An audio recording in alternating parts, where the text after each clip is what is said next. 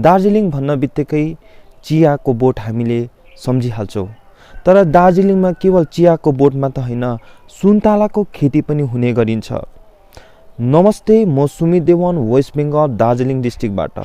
अहिले घरि म जोरबङ्गला सुखिया पोखरी अन्तर्गत पर्ने मार्गेस्टप चिया बगानको बाँसघारी वार्ड नम्बर 11बाट तपाईहरू समक्ष रिपोर्टिङ गर्दैछु। बाँसघारी ओरेन्ज भ्याली भनेर पनि प्रसिद्ध छ। यहाँ प्रचुर मात्रामा सुन्तलाको खेती हुने गरिन्थ्यो। तर 2014 अनि 15देखि यहाँ सुन्तलाको खेती हुन छोडेको छ। सुन्तलाको खेती हुन बन्द भएको छ। यहाँको मानिसहरूले भन्ने अनुसार, यहाँको मानिसहरूले बताए अनुसार यहाँको सुन्तलाको खेती नहुनुको कारण एउटा मुख्य कारण हो क्लाइमेट चेन्ज, अनि अर्को हो फङ्गसहरू, जुन चाहिँ यहाँ बोट सुकेर जाने, पहेँलो पात भएर जाने। यसै कारणले गर्दा यहाँ सुन्तलाको खेती हुन छोडेको हो। यहाँ 20देखि यहाँ 60 घरसम्म छ। यहाँ 60 घरका मानिसहरूले सुन्तलाको खेती गर्थे। यहाँ कुल जनसङ्ख्या 300देखि 350 जना मान्छे यहाँको सुन्तलाको खेतीसँग निर्भर थियो। कमसेकम 8 लाखदेखि 10 लाखसम्मको यहाँ व्यापार हुने गरिन्थ्यो। तपाईको ठाउँमा तपाईले सुन्तलाको खेती कहिले गर्नुभएको थियो? सुन्तलाको खेती हाम्रो बाबाले गर्नुभएको, उहाँले 80 सालदेखि नै सुरु गर्नुभयो। 80 सालदेखि। अन्तिम खेती चाहिँ तपाईको सुन्तला चाहिँ यहाँ कहिले भएको थियो? अन्तिम खेती सुन्तला मरेको साल चाहिँ 15-16 तिर 2015-16 चाहिँ सुन्तला चाहिँ सकेर गएको बाँसघारीमा। सुन्तलाको व्यापार चाहिँ तपाईले कतिसम्म गर्नुभयो? सुन्तलाको व्यापार 90 सालमा चाहिँ हाइस्टमा थियो। त्यति बेला चाहिँ बाँसघारीबाट सायद 8-10 लाख चाहिँ व्यापार हुन्थ्यो। यहाँबाट जस्तै सुन्तला कति क्विन्टलहरू जान्थ्यो तपाईँको अनुमानमा? क्विन्टलको हिसाब पाउँदैन सुन्तलामा। 1000, अब सैकडा हजारहरू गरेर आउँछ। हजुर। त्यो बेला अब 15-20 लाख चाहिँ जान्थ्यो होला। तपाईँले मात्रै तपाईँको बगानमा कतिवटा सुन्तलाको रुख थियो? यो विषयमा चाहिँ अब भन्नुपर्दा सुन्तला त्यति बेला त म अलिक सानै थिएँ, स्कुलेहरू थिएँ होइन, स्कुलमा जान्थेँ म।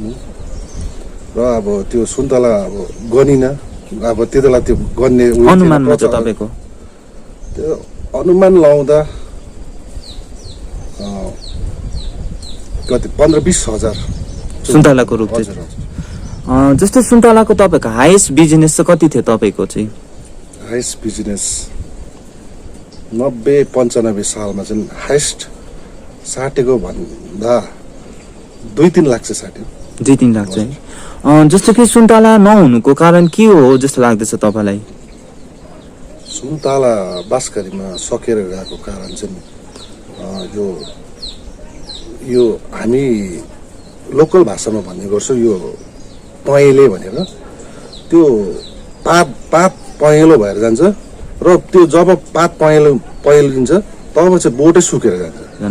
र यो सुन्तलाको खेती नहुनुको कारणले गर्दाखेरि तपाईँहरूले सरकारी तौरबाट मद्दतहरू, यहाँको सोइलिङ टेस्टिङहरू, यहाँ साइन्टिफिक कुराहरूबाट मद्दत पाउनु भयो कि भएन? हजुर, त्यति बेला त अब सरकारीसित हाम्रो त के लिङ्कै नभएको जस्तै थियो, के पनि थिएन होइन। केही मद्दत पाउनु भएको? केही मद्दत चाहिँ पाइएन। अब बन्जर मरुभूमि त्यस्तो लाग्छ अहिले सुन्तला नहुँदा। अब जहाँ पनि हेऱ्यो जङ्गलै, झोडी जङ्गल, जहाँ चाहिँ सुन्तलाको बोट थियो, पहेँलो फल्थ्यो। यो नोभेम्बर-डिसेम्बरमा चाहिँ पहेँलो हुन्थ्यो। त्यो जग्गामा चाहिँ अहिले चाहिँ अब झोडी जङ्गल भइसकेको छ, बारीहरू पनि सबैको। के यो क्लाइमेट चेन्जले गर्दा चाहिँ तपाईँहरूको ठाउँमा सुन्तला नभएको त होइन? हजुर, अब यो नभएको कारण भन्दा चाहिँ यता धेरै कारण छ, तर क्लाइमेट चेन्ज पनि हुनसक्छ। अब बाँसघारीमा सुन्तला हुनु छोड्यो, आरुबटेमा हुनेछ। आरुबटे भन्नाले बाँसघारीदेखिको माथि गाउँ छ, माथि पर्छ, आधी घन्टा जस्तो हिँडेर जानुपर्छ। त्यो गाउँमा चाहिँ हुन थाल्यो। अन्त बाँसघारीमा चाहिँ अहिले नहुनु कारण चाहिँ एउटा क्लाइमेट चेन्ज पनि हुनसक्छ। यो विषय लिएर तपाईँलाई सरकारलाई के भन्न चाहनुहुन्छ? जस्तो कि ओरेन्ज फेस्टिभलहरू अब अस्ति 10 तारिकको दिनै मनाइरहेको थियो, त्यसमा मिनिस्टर पनि आउनु भएको थियो। यो विषय लिएर के भन्नुहुन्छ? म चाहिँ सरकारलाई चाहिँ के भन्न चाहन्छु भने एउटा दार्जिलिङमा एउटा चिया मात्रै होइन ओरेन्जले पनि चिनिने गर्छ।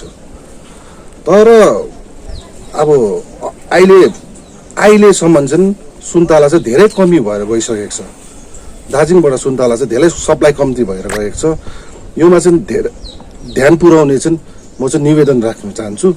हरेक कुरो हेरेर होइन, सुन्तला हेरेर, सुन्तलाको विषयमा रोगहरू, प्रडक्सन हेरेर, किसानहरूलाई हेरेर, सुन्तला गर्नेहरूलाई हेरेर चाहिँ अब चाहिँ हेर्ने चाहिँ म चाहिँ निवेदन गर्नु चाहन्छु। सर, जो मैं रिपोर्टिंग करने गया था जो संतरा के लिए, तो संतरा में सूख रहा है और पीला हो रहा है, ये किस कारण से हो रहा है सर?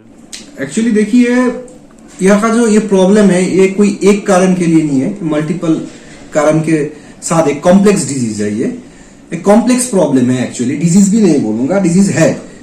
तो इसको समझने के लिए हमको बहुत कुछ समझना पड़ेगा।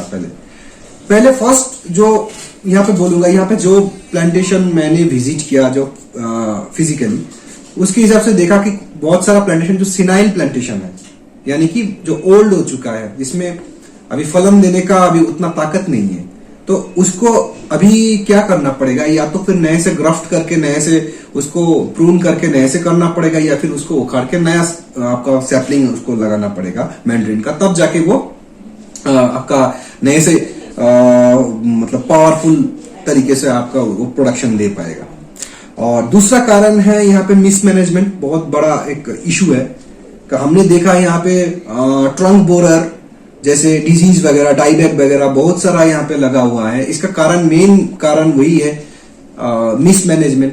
आप अगर जाके देखिएगा मैक्सिमम ऑर्चर्ड में बहुत सारा ऑर्चर्ड बहुत अच्छी तरह से प्लांटेशन बहुत मेंटेन किया हुआ है, लेकिन बहुत सारा ऐसा भी है जहाँ पे ठीक तरह से क्लीनिंग मैनेजमेंट जो होता है, गुड एग्रीकल्चरल प्रैक्टिसेस जो होता है, वहां पे मेंटेन नहीं किया होता है।